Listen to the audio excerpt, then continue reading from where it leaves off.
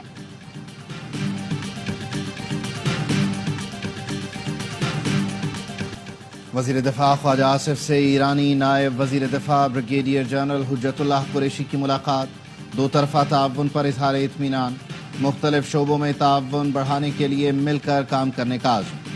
ایرانی نائب وزیر دفاع سیکریٹری دفاع لیفٹیننٹ جنرل ریٹائرڈ محمد علی سے بھی ملے، مشترکہ بارڈر مینجمنٹ اور انسداد دہشت گردی کے اقدامات پر گفتگو۔ انٹرنیشنل ایسوسی ایشن of peace keeping training centre کی سالانہ کانفرنس اختتام پذیر، آئی ایس پی آر کے مطابق اختتامی سیشن میں مندوبین نے کانفرنس کی سفارشات اور تجاویز پر روشنی ڈالی۔ شرکاء نے تربیت کے جدید طریقہ کار، ٹیکنالوجی کے استعمال کو بڑھانے پر زور دیا۔ شرکاء نے پرتپاک میزبانی، تعاون اور عالمی امن کے لیے کوششوں میں پاکستان کے کردار کو سراہا۔ کینیا کے بریگیڈیئر جنرل جوائس نے صدارت پرنسپل نس سینٹر راجہ آفتاب کو سونپ دی۔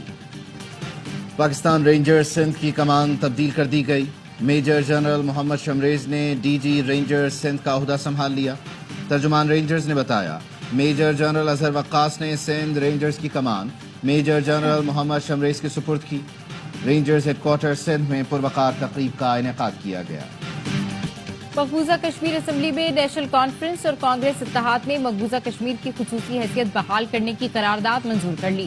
بی جے پی ارکان اسمبلی کی پی ڈی پی کی پیش قرارداد کی کاپیاں چھیننے کی کوشش، سارجنٹ ایٹ آرمز نے ہنگامہ آرائی کرنے والے بی جے پی ارکان کو باہر نکال دیا۔ نریندر مودی کہتے ہیں دنیا کی کوئی طاقت کشمیر میں دوبارہ آرٹیکل 370 نہیں لگا سکتی، آرٹیکل 370 کی دیوار کو میں نے قبرستان میں گاڑ دیا۔ غزہ اور لبنان میں 24 گھنٹے میں 100 سے زائد افراد شہید، اسرائیلی طیاروں کی جنوبی لبنان میں 100 سے زائد مقامات پر بمباری، 52 افراد جان سے گئے۔ لبنان میں ملیشیا کے امن دستے کی گاڑی کے قریب بمباری میں 6 اہلکار زخمی۔ غزہ میں اسرائیلی بمباری میں 50 فلسطینی شہید۔ 8 روز میں اسرائیلی فورسز نے مغربی کنارے میں 13 فلسطینیوں کو شہید کیا۔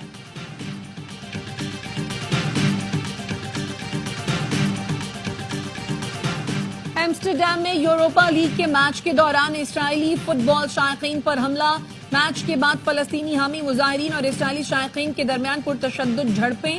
اسرائیلی وزارت خارجہ نے 11 اسرائیلیوں کے زخمی ہونے کی تصدیق کر دی۔ 2 اسرائیلی فٹ بال شائقین سے رابطہ نہیں ہو پا رہا۔ ایمسٹرڈیم میں موجود اسرائیلی شہریوں کو ہوٹلوں تک محدود رہنے کی ہدایت کر دی۔ مفکر پاکستان کی شاعری میں قوموں کی تقدیر بدلنے کا پیغام ہے۔ علامہ اقبال نے اپنی شاعری کے ذریعے نوجوانوں کو طاقتور پیغام دیا۔ وزیر اعظم شہباز شریف کا یوم اقبال کی مناسبت سے تقریب سے خطاب، کہا علامہ اقبال کے فلسفے اور خودی کے پیغام پر عمل کرنے کی ضرورت ہے۔ وزیر اعلیٰ کے پی نے احساس نوجوان اسکیم کے تحت قرضوں کے لیے آن لائن پورٹل کا اجرا کر دیا۔ بینک آف خیبر کے اشتراک سے 1 ارب کی لاگت سے بلا سود قرضے دیے جائیں گے۔ وزیر اعلیٰ کے پشاور میں 3 روزہ ہارس اینڈ کیٹل شو کی افتتاحی تقریب میں شرکت۔ خطاب میں کہا پاکستان ہماری پہچان ہے، اپنی روایات اور ثقافت کو آنے والی نسلوں کو منتقل کرنا ہے۔ ثقافتی میلے میں وزیر اعلیٰ نے گھڑ سواری بھی کی۔ محمد رضوان نے کیچ نہیں ریکارڈ گرا دیا۔ 6 کیچ لینے کے بعد رضوان نے زیمپا کا کیچ گرا دیا اور 7 کیچ لینے کا ورلڈ ریکارڈ نہ بنا سکے۔ ریویو لینے پر رضوان اور زیمپا کی ویڈیو سوشل میڈیا پر وائرل۔ نسیم شاہ کی گیند پر رضوان نے ایڈم زیمپا کے کیچ آؤٹ کی اپیل کی۔ زیمپا نے کہا تم لوگ ہر بات پر اپیل کر رہے ہو۔ رضوان نے زیمپا سے ریویو لینے کا پوچھا اور ہاں کہنے پر ریویو لے بھی لیا، لیکن زیمپا ناٹ آؤٹ برقرار رہے۔ پرفارمنس شاندار، جنم دن کی خوشیاں بن گئی یادگار۔ حارث روف نے آسٹریلیا کے خلاف تاریخی فتح کے بعد ٹیم کے ساتھ برتھڈے کیک کاٹا۔ قومی پیسرز گزشتہ روز 31 برس کے ہوئے تھے۔ ایڈیلیڈ میں کامیابی کے بعد قومی کھلاڑی اسٹیڈیم میں موجود تماشائیوں کے ساتھ گھل مل گئے۔ سیلفیوں اور تصویروں کا خوب دور چلا۔ دھماکیدار بیٹنگ کرنے والے سائی میوب نے بچوں کو آٹوگراف بھی دیے۔